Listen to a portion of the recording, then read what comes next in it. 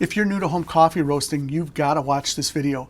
We're going to be doing a complete roast today, and we're going to be focusing on our senses as well as the major coffee roasting events. We'll be talking about terminology and things you should be looking at as you start to roast coffee. This is the third video in a series that I'm doing as an intro series. It's Coffee Roasting 101. And we started out with finding the right roaster for ourselves. And then we went from there to finding the right green coffee to roast. And we landed on a Central American Guatemalan coffee.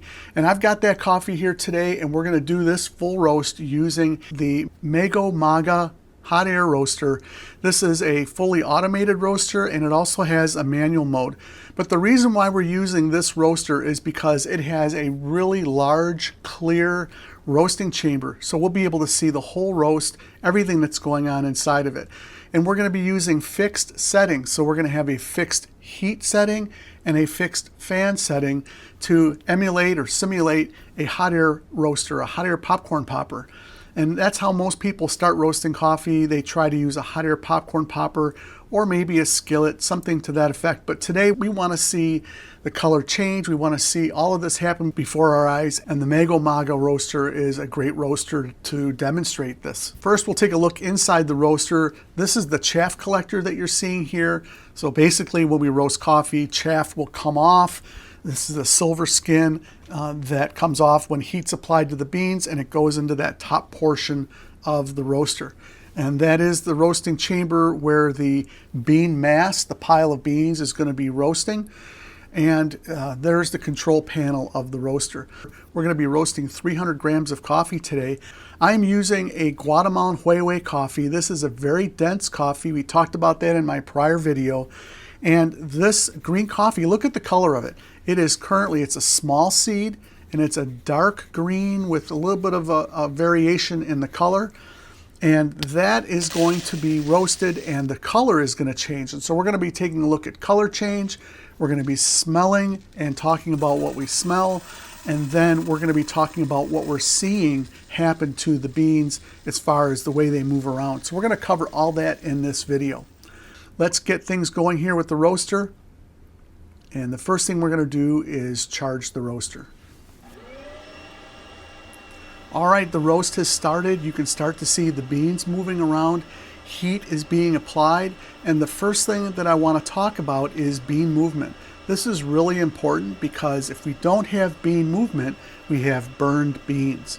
Heat is being applied from the underside here on this roaster. And if the beans don't move around, then we have heat that is trapped and potentially burning the bean, scorching the bean. These are roasting defects, something that you will taste in your cup, and we don't want to do that. Now, in this example that I'm showing today, I'm going to move the fan around a little bit. I'm going to make some adjustments so you can see what happens when we have no bean movement. So you're going to see me lower the fan right here, and notice how the bean pile just sits there while hot air is blowing on the underside. That's not a good thing. So how do we control that if we're using a hot air popcorn popper? We don't have a fan adjustment. We can't make any adjustments in that way. So what do?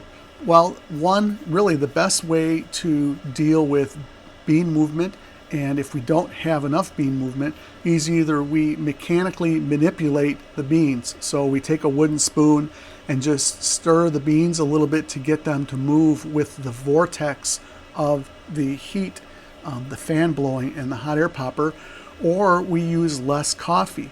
If you put less unroasted beans, then you have less weight holding down the rest of the coffee, and you'll see that there's more bean movement.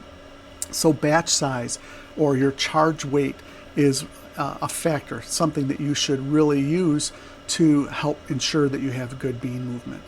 Okay, so we have good bean movement here. We are going to be at this setting where we have a heat of 15 and a fan of 9, and this is simulating that hot air popcorn popper with no adjustments to it, and you can see we've got some good bean movement. All right, the next thing we're going to take a look at is the color of the coffee. We want to make sure that we track the progress of the roast by watching the bean color. And it starts out with a dark green shade like we can see here, but as you pay attention and notice between now and when the coffee gets to our next event, which is the dry event, the coffee will turn from a darker green to a yellow. And this is when we call that event. This whole time span that's taking place between charge, when we turn the roaster on and are heating the beans up, to when the coffee turns yellow, this is called the dry phase. Now, this isn't something that is really important for you to know and use right now. It is just for you to observe and understand what's happening to the coffee as it's being roasted. Okay, so we're in the yellow, the dry phase right now, and you can see that the beans are turning yellow. As a matter of fact, we're getting really close to calling full yellow. This is when there's really very little green left in the bean, and that will indicate the end of this drying phase. And that's going to happen here at about 3 minutes and 30 seconds. So take a look at the color. There's a tiny bit of green left in there, but for the most part, it's just about full yellow right now. And so I notice that, I'm smelling, and we call yellow. So what am I smelling? At first, when it was darker green and we were applying heat, I was smelling kind of a wet plants, like if you were to cut up some plants, the stems, or like cut grass, you would be able to smell something like that. And then as it starts to dry, it becomes more of a dried grass kind of a smell. There's no sweetness to it at all. But then as the beans start to turn yellow, you start to smell sweetness, which is almost, it was kind of a yeasty note that we were smelling. And then that is our clue that we're really close to the dry event. And so yeah, that's how you can know that that's going to happen. All right, so using my senses, I see that the beans are starting to brown, and I'm smelling kind of like cookies or baked goods. I still get the sweetness, and the coffee is starting to move towards a darker brown. The further we go into the roast, the darker the color will be, and we're going to talk about how to know when to end our roast here in just a few minutes. So during this phase, we have these Maillard reactions that are taking place. So the proteins, the sugars, and the carbohydrates that are in this coffee seed are going through changes, and flavors are being developed. And so we're going to start to smell some really interesting notes as we go along. We'll actually start to smell kind of some acidic, fruity notes in this coffee as we get closer to first crack, which is going to be our next event. So here we can see that there is still some variation in the color of the beans, but it is getting darker. Let's take a look at the bean pile. That is how big the coffee pile is. And notice it's twice the size that it used to be. And that's because as moisture leaves the beans are swelling, and we are clearly seeing that they're larger in size, taking up more volume of the roasting chamber. They're also getting lighter, so you know that the coffee is being thrown further up into the roasting chamber because it weighs less. All right, we are getting closer to first crack. Pressure is building up inside of the coffee seed.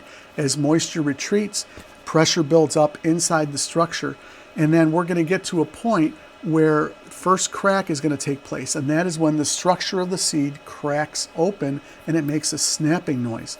And just before that happens, and where the coffee is going to start to smell a little bit acidic, we're going to start to smell things. You could smell kind of a vinegary note. You could start to smell a little bit of a fruity note in the coffee. And it's important for us to be smelling, and that's a clue that first crack is just about to happen. Cracks are there, and I call first crack. Okay, so very little variation in the color beans. Technically at this point, the coffee is fully roasted. So we've hit several major coffee roasting events. We've got the charge event, the dry event, and the first crack event. And now we are headed towards the drop event. Some of us might roast really dark and go to second crack. We're not going to do that today. We're going to stop it just before second crack. So what's happening to the beans right now? Well, I mentioned the acidity or the fruit that's in there. And what's happening during the development phase is as heat is being applied, the coffee is getting darker, and this is where the further we go into the roast, the less acidity we're going to have. So if you're looking for something that's got a little bit of a fruity note or a little bit of a citrus or a floral notes, and you want something lighter and delicate, this would have been the time to drop the coffee. Otherwise, we're going to go a little bit further here. We're going to balance out this cup. We're going to start to build in chocolatey notes, some of the darker notes that a lot of us like in our coffee roasting. And we're getting ready to drop this coffee. The bean loft is really high. The bean mass, look at the beans, they're really swelling now. It's even bigger than it was just a minute and a half ago. And we're getting ready to drop the coffee. This is where we actually turn the heat off and start blowing cool air in on this roaster. For a hot air popper, you will turn the power off and you'll dump the beans into a colander and or something that will allow air to flow through the beans, because we want to get the beans as cool as we can, as quick as we can. All right, so here we are just about to end this roast. Look how high that bean mass is and the bean loft right now. And there we go, we've ended the roast. So this is called the drop event. We've ended the roast. Now, I was just starting to get a little bit of smoke here. I was starting to smell less of the fruity notes and starting to smell some of the roasty, darker notes in the coffee. There was definitely some sweetness, a little bit of caramelization that was taking place, and I was able to smell some of the sweetness. So I'm really excited and really happy about the way that this roast went. And again, we didn't change any of our heat settings.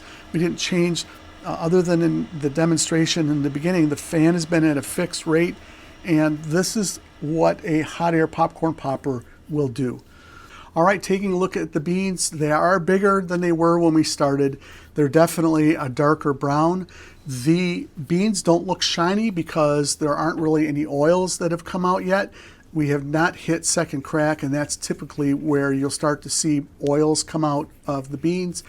And this is what I would call a medium to a medium darker roast level.